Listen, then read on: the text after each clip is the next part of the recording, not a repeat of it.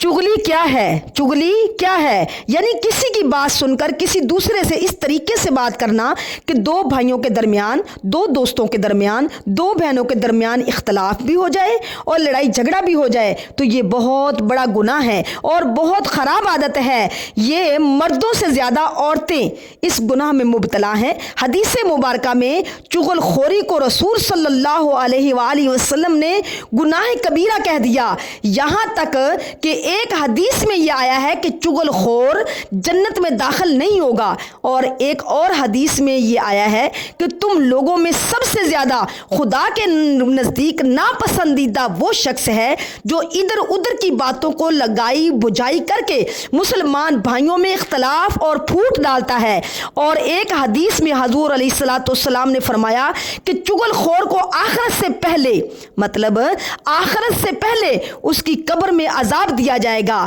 اس کے علاوہ چغلی کی برائی کے بارے میں بہت سی حدیثیں ہیں۔ مسلمان بھائیوں اور بہنوں، کسی کی کوئی بات سنو تو خوب سمجھ لو کہ تم اس بات کے امین ہو گئے،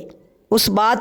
بات تیرے پاس امانت ہو گئی۔ اگر دوسروں تک اس بات کے پہنچانے میں کوئی دین و دنیا کا فائدہ ہو، کسی کا فائدہ ہو، جب تو تم ضرور اس بات کا چرچا کرو، لیکن اگر اس بات کو دوسروں تک پہنچانے میں دو